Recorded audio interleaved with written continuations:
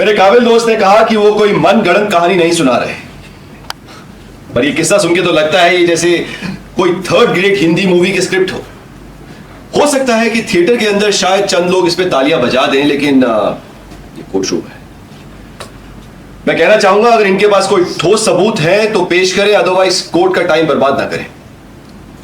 क्या है ना सर, बिल्कुल वैसा ही कहा जैसे मैंने सारे सबूत यहाँ कोर्ट के सामने पेश किए हैं। मैं सब कुछ सामने रख सकता हूँ, इसलिए मैं इतनी बात कर रहा हूँ। अब जैसे आप वकील हैं वैसे मैं भी वकील हूँ।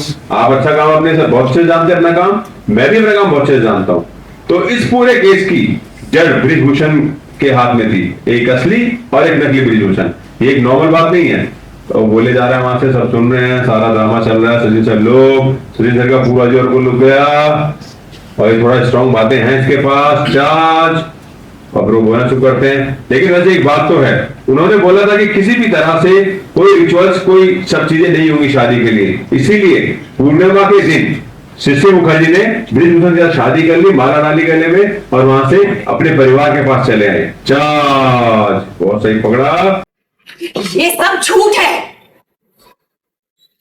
देखिए मैडम, मेरा पास प्रूफ है इस बात का। प्रूफ है, कब से सुन रहे हैं प्रूफ है आपके पास? प्रूफ है तो दिखाइए। जी बिल्कुल दिखाऊंगा।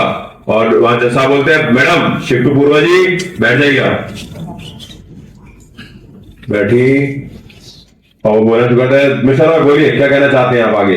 देखिए जज साहब, उस मूवमेंट का तो मेरे पास कोई सबूत है नहीं, पर जो ये सब एविडेंस है ना वो मैं आपको सब दे सकता हूँ कोर्ट में।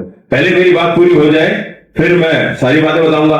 जैसा कि पूरी कहानी हमारे सर ने सुनाई आपको कि ये वहां पे गई, उसको वहां ब्रिजभूषण मिला, और उसी ने वहां उसको देखा, इसने उसको देखा, ये सारी चीजें हुई। लेकिन जिस तरह से प्रेजेंट की गई वो तरीका गलत था। लो मिस्टर बोस बस पहले ही कोर्ट को बता चुके हैं, लेकिन अलग तरीके से। उन्होंने बड़ी आसानी से शिशिर जी की शादी और बच्चे की बात छुपाई हम सबसे। ब्रिजभूषण जी ने कई साल शिशिर जी का इंतजार किया। शिशिर मुखर्जी ने फिर एक नई कहानी बनाई और ये बोला कि मैं अपने पति के पास जा रही हूँ, मेरे परिवार में कोई बीमार हो गया है, और वहां से वो उसको छोड़कर चली गई। और उसी दौरान उनको बच्चा हो गया था। लेकिन उसके बाद ब्रिजभूषण को पता नहीं था कि वो कभी लौट कर नहीं आएगी। उसी भी उर्वशी वहां पहुंची और उन्होंने देखा कि वो परेशान है, वो बीमार है, तो उसकी मदद करने के लिए उसका साथ दिया। झनक रैना मेरी बहू अर्शी मुखर्जी की कजन है। मिस्टर रॉय तो यहां कहानियां बनाने में बिजी हैं, लेकिन मैं आपके सामने सिर्फ वही पॉइंट्स रखूंगा जो सच हैं, और खासकर मेरे पास जिनका सबूत है। जैसे कि मेरी बहू की कजन झनक की शादी मेरे बेटे के साथ। लोग सब लोग आपस में, और फैसला क्या होगा? सचिन जी ने कंटिन्यू किया। मेरे बेटे अनिरुद्ध बोस और अर्शी मुखर्जी की शादी तय हो जाने के बाद ये दोनों श्रीनगर गए शिशिर मुखर्जी के बड़े भाई की बेटी की शादी अटेंड करने के लिए। और वहां इन सबकी मुलाकात हुई झनक रैना से। और उर्वशी रैना अपनी पहली मुलाकात में ही समझ गई कि अनिरुद्ध एक अच्छे घर से आता है, उसका फ्यूचर ब्राइट है, पढ़ा लिखा है, स्मार्ट है। तो उर्वशी रैना ने झनक रैना को इस काम पर लगा दिया, और मेरा बेटा जो इतना भोला है इस सब में फंसता चला गया। Objection my Lord, mister Bose हद पार कर रहे हैं। आप प्लीज ऐसे भारी भरकम मेरे क्लाइंट के ऊपर आरोप नहीं लगा सकते। मिस्टर रॉय, मैं तो सिर्फ लैंग्वेज का इस्तेमाल कर रहा हूं, पर कैन यू बिलीव इट, ये एक्चुअल में हुआ है। और योर ऑनर, मैं तो सिर्फ वही बता रहा हूं जो हुआ है। एज अ लॉयर मेरी ड्यूटी बनती है फैक्ट्स को एज इट इज पेश करना। Did I do anything wrong your honour?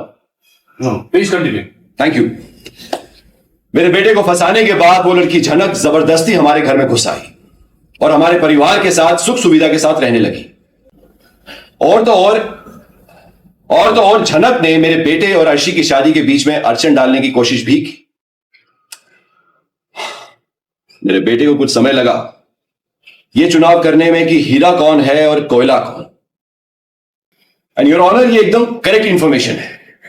मैं आपके सामने वही इंसिडेंट्स रख रहा हूं जो एक्चुअल में हुए हैं, वही टाइमलाइन बता रहा हूं जो एक्चुअल में हुआ है। ये मेरी ड्यूटी बनती है। हाँ, एक लॉयर होने के नाते मुझे आप सबके बीच अपनी पर्सनल लाइफ डिस्कस करनी पड़ रही है, but my job is to present truth in front of you. Your honour, अगर आपकी इज्जत है तो एक एविडेंस कोर्ट को देना चाहूंगा मैं। उसके लिए मिस्टर अनिरुद्ध बोस को कटघरे में बुलाना चाहता हूं। चार्ज। वो बोलता है जी बिल्कुल आप बुला सकते हैं। लुक एवरीवन, पीछे साहब, लोग। हाँ